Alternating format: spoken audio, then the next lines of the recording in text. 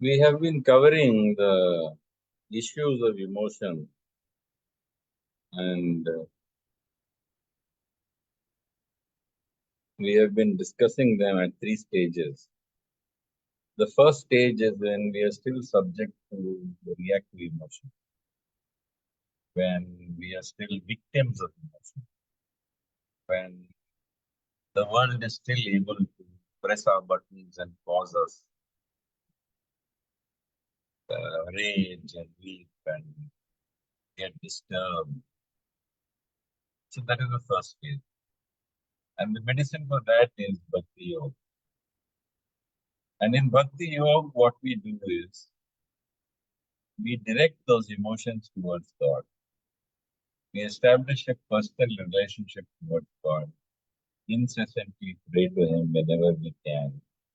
And then we speak to Him intimately and share our hearts with Him, share our emotions with Him. Because we are gradually trying to understand that everything that happens in the world happens not because of other people or fate or circumstance, but it happens by the will of God. So therefore, all emotions you must learn to direct to God. This is called Bhakti Yoga. The second stage is when you have constantly learned to remember God and forget yourself. You reach that state which is called Brahma-bhuta, which is also known as moksha or Jivan Mukti. It is that state when you are free from reactive emotion. So you are a Siddha Prajna, you are Karmi Yogi, you are Jnani, you are Bhakta, you are Gunatita, and so on. The idea is that you, by remembering God and forgetting self, using one or more techniques, you have transcended the self. And as you transcend the self, the world is no longer able to find your buttons to press. So therefore, you are equanimous. Brahma-bhuta prasannatma na sochati na kankshati samah sarveshu bhuteshu madbhaktin labhate param. And when you have reached that platform where you are not hankering for anything, not lamenting for anything, when you see all individuals with equal vision, when you are free from disturbance, Gita Raga Bhaya Sthitadi Munyuchate, when you are free from attachment, fear, anger, when you are not disturbed by pain or pleasure, you are indifferent to joy or sorrow, to honor or dishonor, when you have conquered the mind, when you have transcended it, at that point you are on the platform of what we call as Brahma or on the platform of pure spirit. And what happens on this platform of pure spirit? As I explained, on this platform of pure spirit, there are no reactive emotions. There are absolutely no reactive emotions. So you sit undisturbed even though the world is swirling around you, and you are like a Padma Patram Ivambasi. You are like a lotus leaf lying in the tumult of the water, yet not getting wet ever. So many people incorrectly believe that that is the ultimate goal. Many people believe that reaching Brahman, say Aham Brahmasmi, to say that I have reached that platform of spirit, that I am now free from the tumult of the emotions of the world. I am completely non-reactive. That position, people often think, is the conclusion of all spiritual questions.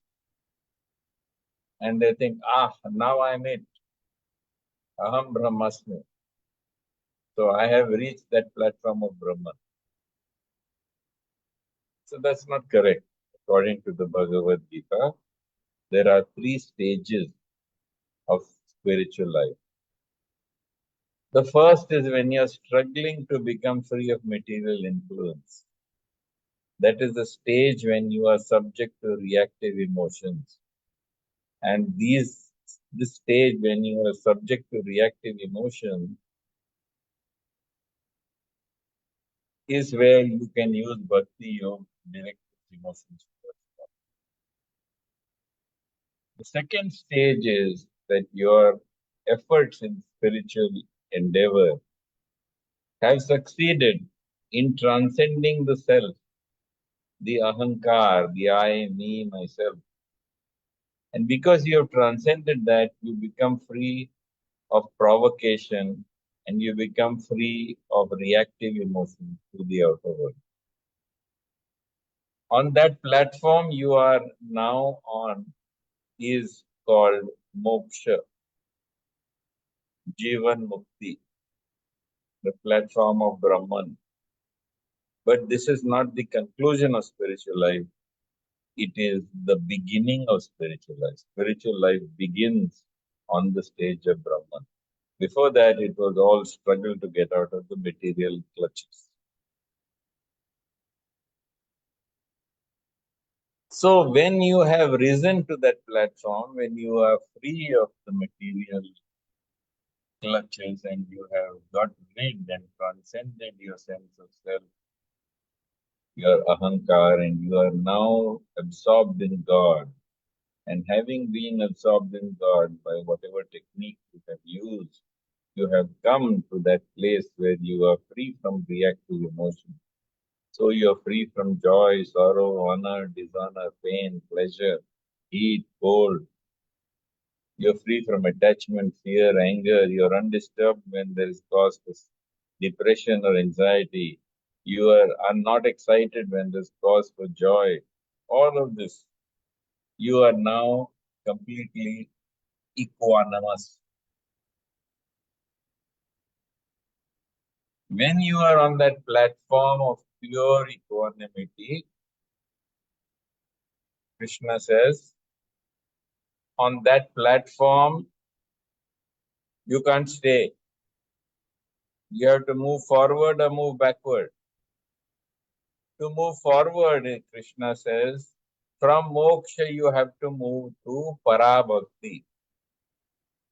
The verse in Bhagawad-Geeta is Brahma-bhuta prasannatma na sochati na kankshati sama sarveshu bhuteshu mad bhaktim labate param.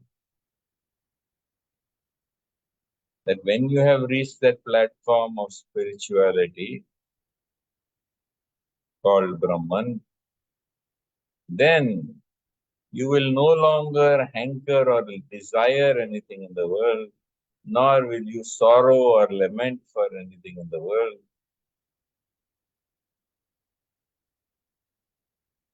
Instead, on this platform of equanimity, you will look upon all living entities with equal vision. You look upon the world with equal vision. And at that point, you are qualified to get Mad Bhaktim Labate Param. At that point, you are qualified to get Para-Bhakti. Not Bhakti Yoga, which is a much lower stage. Bhakti Yoga, then Moksha, and then Para-Bhakti. Krishna gives you Para-Bhakti when you reach Brahman. What happens to those who don't take Para-Bhakti? First of all, they never get to know God. Because to know God, Krishna says in the Bhagavad-Gita, Naham veder na tapasa na danena na cha ijjaya. Bhaktyatva ananya shakya aham evam vido arjuna. Krishna says, Naham Veda, not by studying the scriptures, no tapasa, not by performing austerity, no danena, not by giving charity, no cha ijjaya, not by performing ritual worship.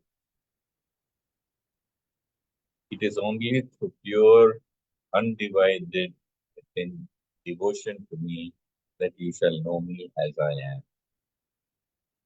Bhaktya mam abhijanati yavanyashasmi tatvata tato mam tatvato jnatva vishate tadanantaram.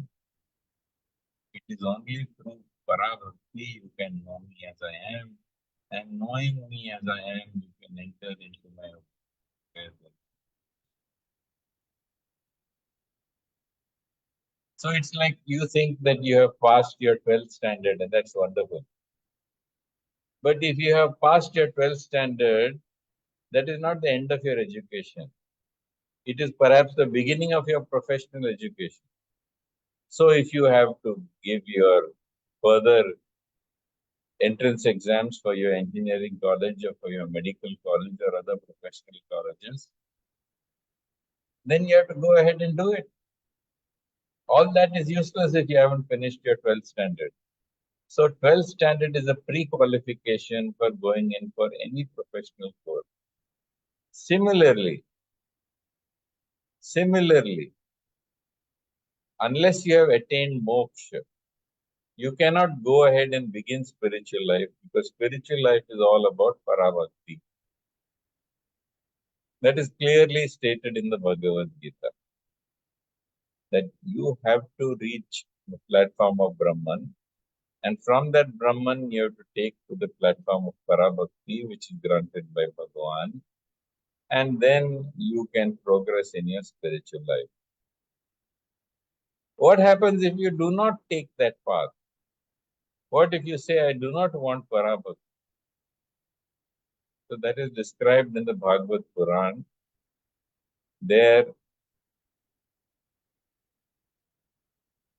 Brahma is speaking to the Lord and he says, Ye anya aravindaksha vimukta maninas tvai ashtabhavada vishuddha buddhaya aruya kricharena parampada patantyado anadritam yusma dangraya. Krishna says, Brahma says to Krishna, that, O Lord, you are so merciful that we are able to take shelter at your feet. There are many who, having performed great austerities, aruya kricharena parampada tataha, having performed great austerities in other paths, have reached the platform of Brahma-bhuta. But yet, because they don't take shelter of your lotus feet, patantyado, they fall back again. Anadritam yusma dangraya, fall back again into this material universe. So those who claim to have attained moksha but have not taken to Para-Bhakti, for them, they cannot stay on that platform of Brahma-bhuta. So they cannot remain free from reactive emotion, and they cannot move ahead onto the platform of Para-Bhakti. And the emotions of Para-Bhakti, which I am to begin to describe, but they will fall back again into material consciousness and materialness.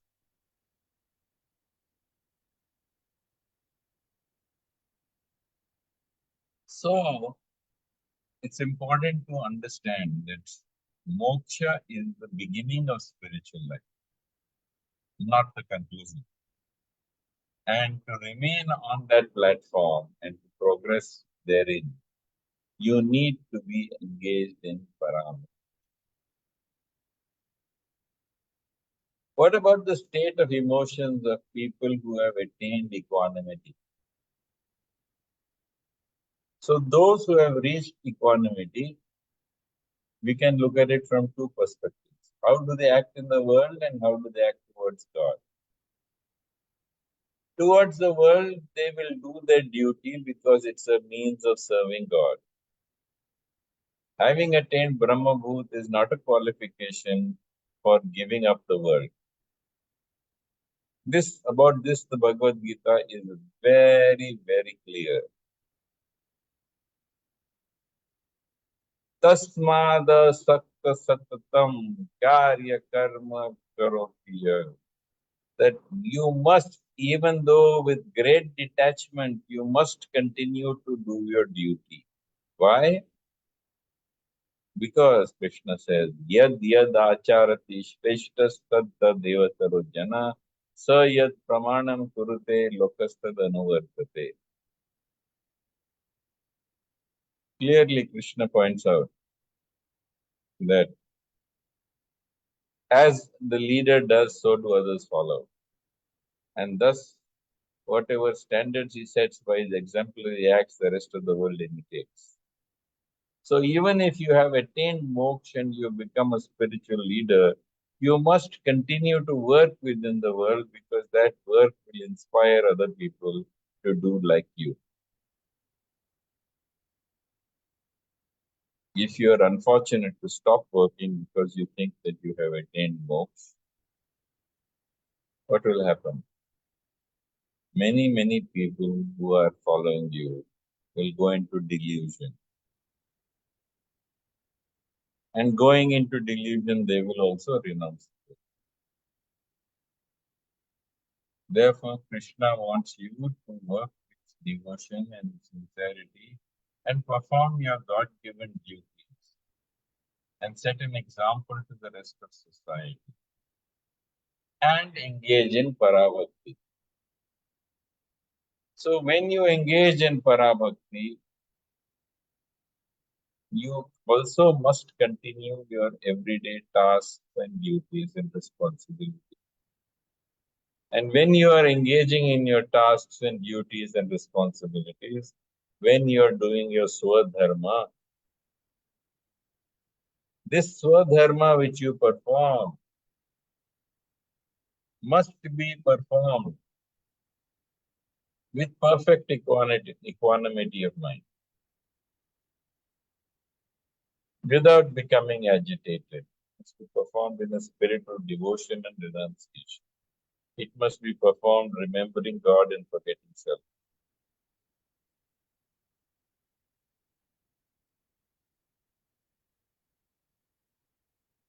And as far as Para-Bhakti is concerned, Para-Bhakti we will discuss very shortly. But while functioning in the world, you cannot function in the world without emotion. Because emotions are the way we connect with people.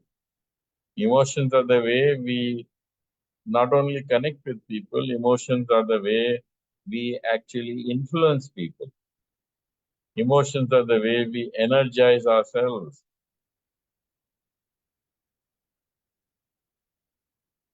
And therefore, from reactive emotion, which the person who has reached moksha has become free from, he must now access his ability to produce proactive emotion.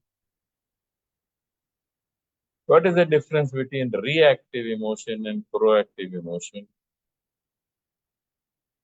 Reactive emotion is somebody else outside of you in the world or the events of the world. Press your button and you experience joy, sorrow, anger, anxiety, depression, attachment, so on and so forth. But when you take to this platform, now no one can press your buttons because you have reached that platform of Sthita Prajna and you are moving now onto the platform of Para-Bhakti. So to function within the world, you need to generate emotion within yourself. Now, because it is independent of the world and it is based on your choice and your decision, it is not called reactive emotion, it is called proactive emotion.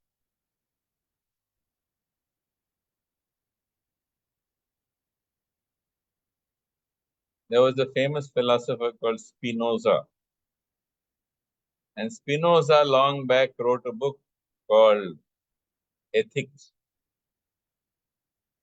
All thinking people should read this book, Ethics by Spinoza. And he says whenever the emotions in you are caused by external factors, those emotions are called passions because you are passive in the process in which they are generated. Whereas when the emotions that arise in you are not caused by external factors, but you generate the appropriate emotion for that moment or for that action, those emotions are called actions because you have actively generated those emotions. So there is passion and there is action. Passion is reactive emotion. Action is proactive emotion. So having attained the platform of Brahma-bhuta to function in the world, you still require emotion. And you must continue your duty because that Krishna has said is paramount. Yata pravrittirbhutanam yena sarvam idam tatam swakarmana abhyarchaya siddhim vinnati manavaha. By performing your God-given duties in the spirit of sacrifice to the all-pervading Lord, you will attain perfection. So when you are engaging in your God-given duties, to get things done, to communicate, to influence, to energize yourself and others, you need emotion. Now that emotion has to be internally, proactively generated as an action.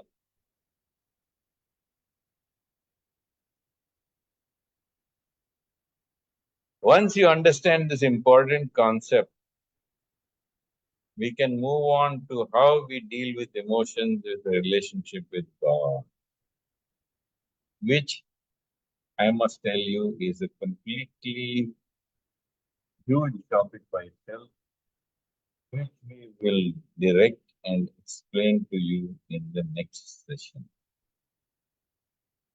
So it's important to understand, one, that moksha is not the conclusion, it is just the beginning of spiritual life. That when you are at moksha, you don't stop working but continue doing your duty within the world. And because you are now on the platform of moksha, you are sthita prajna, you are not influenced by the world's emotions, button pressing. You are now in a position to self-generate those emotions which are necessary for you to connect, influence, and energize yourself and others.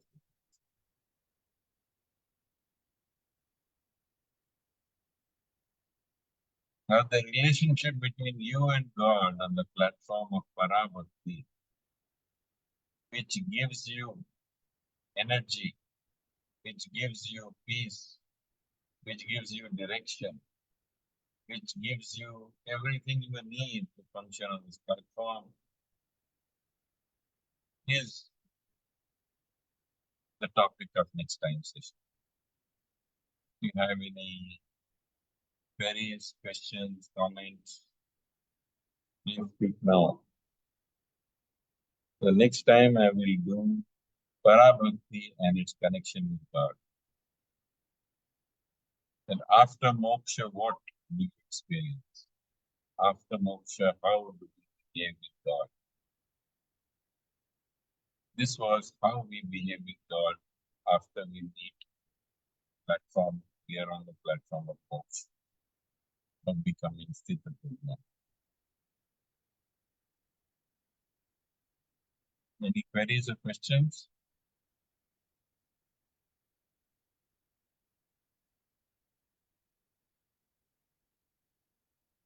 All right. Jai Shri Krishna, Hare Krishna, Hare Om. See you next time.